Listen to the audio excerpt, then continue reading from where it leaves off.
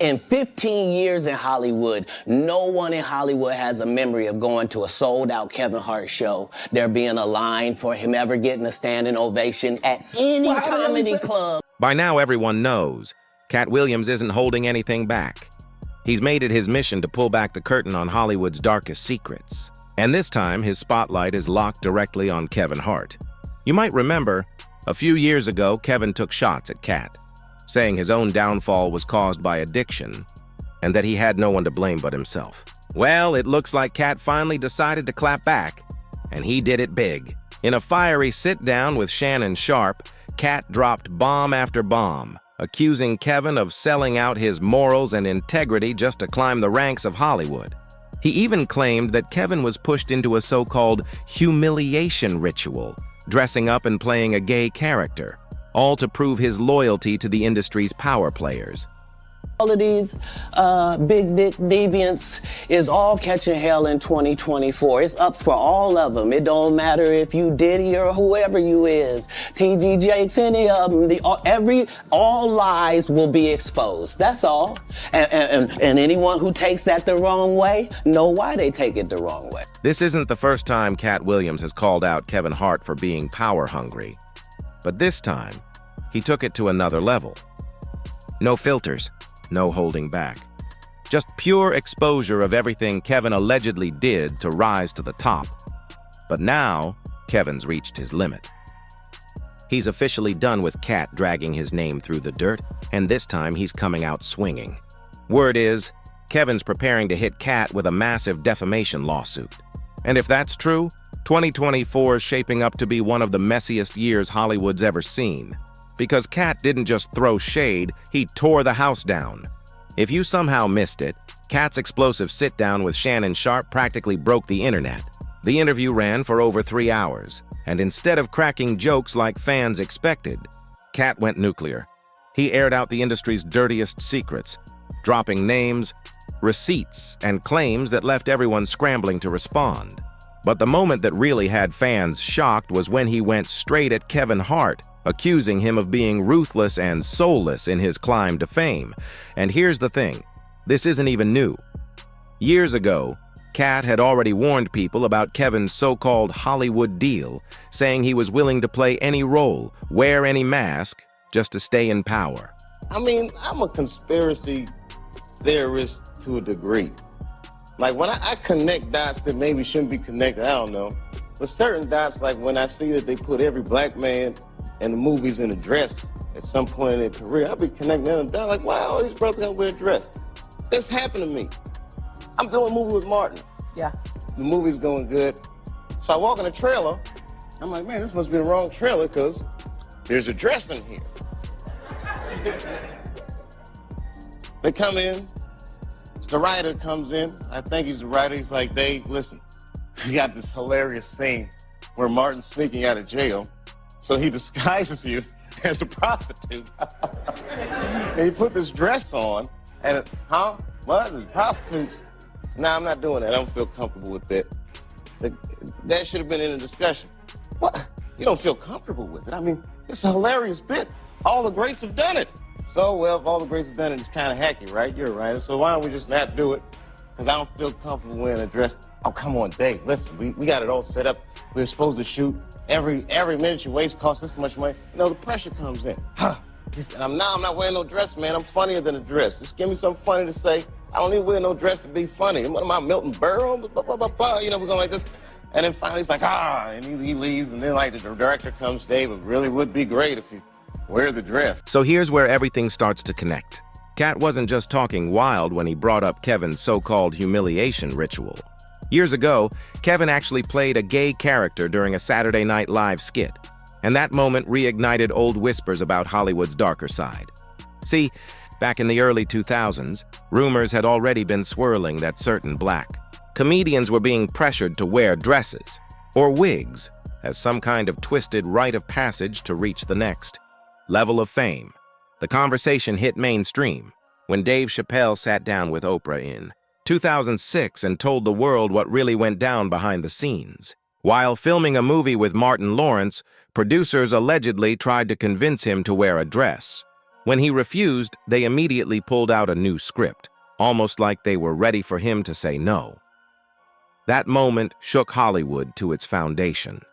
And after that, everyone wanted answers. Celebrities started being asked where they stood on it, and one of the first names to come up was Kevin Hart. The minute it was clear, I was adamant. I'm not wearing a dress. I'm not wearing the dress. All right, fine. Think of something else. That comes back 10 minutes later. The whole new scene. Hot damn, how did you write the scene so fast? At first, Kevin tried to brush it off with humor, but he made one thing crystal clear. He said he'd never compromise his morals or wear a dress just to please Hollywood. But not long after that bold statement, Kevin Hart shocked everyone by doing a complete 180. He walked onto the SNL stage in full drag, dress, wig, the whole thing, and for the entire world to see. Fans were stunned. The same man who once said he'd never sell out now seemed to be doing the very thing he swore he wouldn't. Now, maybe for Kevin it really was just comedy. Maybe he thought it was harmless fun. But for a lot of people watching, it felt deeper than that. They saw it as a move to satisfy the higher-ups in Hollywood, a signal that he was willing to play the game if it meant more fame, more power, more open doors. And whether people liked it or not, it worked. Kevin wasn't some unknown comedian before that night, but after that SNL skit, his career skyrocketed. Blockbuster films, major award shows, endorsement deals. He became one of the biggest names in comedy, period. Still, the backlash hit hard. Fans accused him of selling out, forcing Kevin to defend himself on Twitter, saying, "I wore a dress on SNL because I thought it was funny. Nobody made me do it. I'm my own boss." When Katt Williams was later asked about it, he didn't roast Kevin or throw shade. He just shook his head quietly and said, "It's not really his fault." Great comedian said that, in the industry, they tried to make him wear a dress. Have you ever ran into that with scripts? And is that something that, you wouldn't do, for I definitely haven't ran into to put on the dress. I mean, you have to have boundaries. You have to have limits that you refuse to cross. For me, I know what they are. They've yet to been challenged, so I don't have to speak on them. I was asked to dribble a basketball on a talk show this morning. You look good no to doing that. Not that was a dress, but I was like, no, I'm gonna look stupid. At the end of the day, you got to know that you're a brand. I'm a brand. You need to protect your brand at all times. When things happen that can possibly affect your brand, your brand can be diminished, and you don't want that to happen. So, protecting my brand is definitely a priority. According to Katt, Kevin wasn't just another comedian chasing fame. He was part of a much bigger Hollywood blueprint. A system that for decades has allegedly pushed black men into wearing a dress before they're allowed to reach the next level of success. But here's where things take an even darker turn. For years, fans have circulated a theory that Kevin Hart wasn't just a breakout star, he was chosen. An industry plant strategically positioned to replace Katt Williams and take over the spotlight he once owned. And after that infamous SNL moment, that theory started to catch fire. Because as Kevin's career was taking off, headlining movies, landing deals, and becoming Hollywood's golden boy, the media seemed to turn on Katt overnight. Suddenly, he was being painted as unstable, out of control, and addicted. Eventually, Katt had enough. In an explosive 2016 rant, he confronted those accusations head-on, and what he said only made people believe the theory even more. At the end of the day, Kevin doesn't have to worry about what people are going to say about him wearing a dress because of the long line of dress-wearing people before him. So now we have Big Mama's house 1, 2, and 3. Yeah. I've never seen Medea in a pantsuit. I think she wears dresses. So now I'm saying, why are we picking on poor little Kevin Hart? Because it was his turn next. Okay. After all that chaos, Katt Williams vanished for a while. He went quiet. No interviews, no headlines, no social media explosions. It was as if he'd taken a step back to recharge and study the game from the sidelines. But when he finally reemerged in 2018, he didn't come back calm. He came back swinging. In one fiery interview, Katt didn't just speak his mind. He set the whole industry on fire again. This time, his focus wasn't Kevin Hart. It was Tiffany Haddish, calling her out as yet another industry-made star who, in his words, traded authenticity for acceptance and fame. Now, Katt never said Kevin's name in that moment, but the tension was clear. Everyone could feel it. And Kevin definitely caught the smoke. The reason I don't do Big Tigger is because I had a tumor in my upper jaw and they had to take it out, and they had to block the whole right of my sinus with a piece of metal. So ever since I got out the Marine Corps, I can only breathe out of one nostril, boy. I get my blood tested every 3 months for the last 15 years. All narcotic tests have come up 0.00%. I'm 44 years old, little Tigger. You look up my rap sheet. I have never had a DUI or a possession of anything, not even the I do every day. See, when you real, you can tell the truth about anything or anybody. Just days later, Kevin Hart and Tiffany Haddish hit the Breakfast Club, and that's when things exploded. Kevin didn't hold back. He called Katt a failure, said he'd sabotaged his own career, and even claimed the only reason Katt wasn't on top anymore was because he chose drugs over discipline. That cut deep. And Katt wasn't about to stay silent. Within hours, he fired back on Instagram, accusing Kevin of twisting the truth to protect his own image and cover up the deals he made behind the scenes in Hollywood. From that moment, it was no longer a friendly comedy feud. It turned into an all-out war, built on pride, power, and cold, hard receipts. 6 female black comedians that I know personally that I put on tour who have a hard time getting a chicken sandwich from Chick-fil-A after they headline 7 shows at a club for $2,500 a week. But people like real, and that's why they like her. Is that what they like? They love realness. Oh, because everybody's real then. So don't trip. No. Is they so ghetto? When did that become marketable? Knock it off. They like her because she want to sleep with a white man. That's why the only thing she said was, I want to give it to Brad Pitt. After that messy back and forth, Katt vanished again. No interviews, no lives, no headlines. Total silence. But just a few days ago, he resurfaced. And this time, he dropped the biggest bomb yet. In his latest revelations, Katt accused Kevin Hart of selling his soul for power and fame. According to him, Kevin made quiet deals with Hollywood elites early in his career, trading loyalty and silence for fast-track success. Katt didn't hold back. He told fans that unlike Kevin, he's never taken a payout to stay quiet about what really goes down behind the scenes. He even reminded everyone about the time he was allegedly blackballed from the industry after refusing a disturbing scene in Friday After Next. Producers had wanted him to act out a moment involving sexual assault, calling it comedy. Katt refused, saying there was nothing funny about that. But after filming Wrapped, he claimed every role he'd been promised suddenly vanished. And somehow, those same roles landed right in Kevin Hart's lap. To Katt, that wasn't coincidence.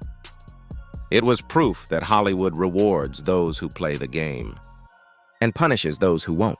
And where Katt Williams comes from, you keep pointing at Hollywood. Hollywood this, the white man, this, and this. When do you take responsibility for your actions? You had the shot. Katt was in that position at one point. You were the guy. Yeah. You were set up to be the star. You didn't show up to work. You promo shoots. You off your promo trips that they had set up for you. You became a risk to the studios, which is why the studios stopped with you. Why was he a risk? He chose. Oh, okay. Take responsibility for what you chose and say, you know what? I gotta fix me, and I'm gonna come back and I'm gonna stand up for comedy. So when you say Tiffany Haddish doesn't deserve or isn't really a comedian and these other women have worked hard, which they have. Shouts out to Melanie Camacho. Shouts out to Lou Nell. Shouts out to Leslie Jones, who are all underneath the umbrella of Katt Williams. Katt Williams, have you ever used your platform to fucking bring the people that were under you up? You haven't. So because you haven't, don't shit on those that now are. I've used my platform and I've brought my guys and girls up. The brand of Kevin Hart is a brand that's expanded so fucking far, whether you like me or not. my presence in comedy will forever be felt because I'm a fucking boss. I sit on the top of it, and the opportunities that I'm giving are the ones that I'm creating. So take responsibility for what you did. You. Nobody else did.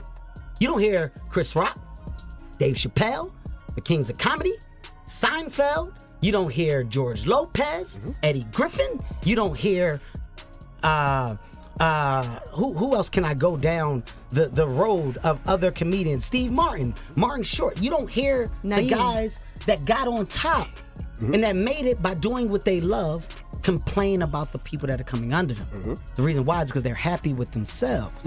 Don't blame everybody else for your Don't on my sister Light because you're not happy with your This Kevin didn't directly respond to Katt's explosive claims, but he didn't stay silent either. During his live commentary at the New York Knicks versus Philadelphia 76ers game, Kevin threw some subtle shade. Between laughs, he joked about Katt buying the Knicks and dropping them off at the game. Fans caught the subliminal immediately. Kevin might have been smiling, but that grin said everything. This was his way of letting Katt know he wanted all the smoke. And now reports are flying that Kevin Hart is preparing to take things to the next level, with a massive defamation lawsuit aimed directly at Katt Williams. He wasn't there and off making 85 million. I was over here not making 85 million. But it's all good. I don't mind $1 million a month and keeping my soul. And as long as Richard Pryor was able to be the king of comedy and a crackhead, they gonna continue to say maybe I am. But again, I urge you, and there's a you can do that'll get you Katt Williams level. You should OD on it tonight. Reports claim this feud has been brewing for years, but now it's officially crossed the line. And honestly, after everything that's been said on both sides, it doesn't look like either one is backing down anytime soon. As expected, social media's been on fire with opinions. One user wrote, "I've always believed Kevin Hart was planted to replace Katt. It happened right when Katt's career started falling apart, and then suddenly Kevin was everywhere." Another chimed in, "Facts. I remember him being just a side comedian in Scary Movie 3. Then out of nowhere, Hollywood's golden boy. I never found him that funny yet, so how did he blow up so fast?" The internet's completely split. Some say Katt's bitter and obsessed with revenge. Others insist he's finally exposing the truth about what really happens behind Hollywood's closed doors. But now I want to hear from you. Do you think Kevin Hart really sold his soul chasing power and fame? Or is Katt Williams just stirring the pot for clout? Drop your thoughts in the comments below. And before you go, hit that like button, subscribe, and click here for our next deep dive. Because trust me, this story, it's only getting crazier from here.